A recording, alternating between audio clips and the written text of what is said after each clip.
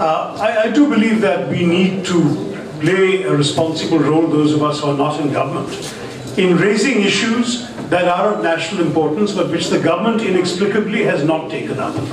So all of us, I'm sure, have been deeply shocked by story after story of mob lynching in our country, whatever the cause may be, whether it is related to the possession or consumption of beef, which affected 2 or 3 of the victims, whether it was merely a chap who was trying to stop other people urinating, as their scene mentioned.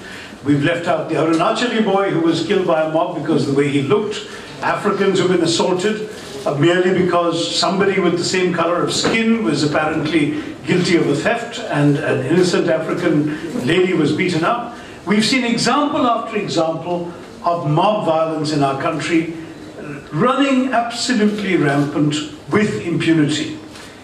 Part of the problem is, of course, that there is a herd mentality. People often get motivated by numbers. When there are 3 or 4 or 5 others doing something, people join in. They feel that their own guilt or culpability is lost in the crowd, and they attack people without any great fear. And we've also seen some really painful and tragic examples of even an innocent child like 15-year-old Junaid being killed, again by an undifferentiated mob where it's difficult to place responsibility on a particular killer. So the importance of being able to tackle this is the issue that we feel the government has failed to take up. When I was approached by the young people who had drafted this law, I immediately agreed because I had been thinking myself that we need to introduce a law to focus the attention of the government and the public on this kind of issue. And I think that this draft is a very good one because it addresses a few gaps. It defines what is a mob, it defines lynching, it puts the onus on the police. All of these they're seen as explained to you, so I won't go into detail. It puts an onus on the magistracy, and it prescribes certain minimum punishments as well as certain minimal compensation for the victims of mob lynching. It raises our devotion to humanity to a different plane. I'm very happy to support this, but I must say I hope that the government, the Prime Minister, the Home Ministry, take up the elements in this law and either adopt it themselves or come up with their own law based on this principle so that we can fill the lacuna that Digvijay Singh ji and he quoted Salman Bhai as having pointed out that none of this actually exists in our current legal system.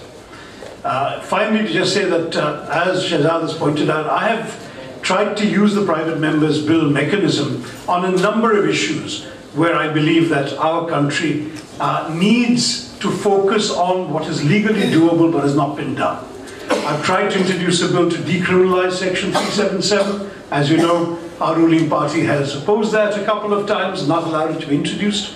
I have introduced, however, successfully but not yet discussed or adopted, various other private member bills on declassifying public records, on redefining sedition, on domestic workers' protection and minimum rights, which I did last year, well before the tragedy in Noida, which reminded us once again how important it is to protect these people who live and work in our homes. There's so much that we can do, and the purpose of this kind of mechanism is not because we believe we can pass this law without the government, but to focus the attention of the government on the need to take a look at this kind of issue, either come up with their own law or allow us to introduce a law and support it for its passage. Next week, I am convening a roundtable consultation on air quality, another issue that our government has inexplicably neglected, while every year more and more of us suffer from the air we have to breathe in Delhi and our other major cities.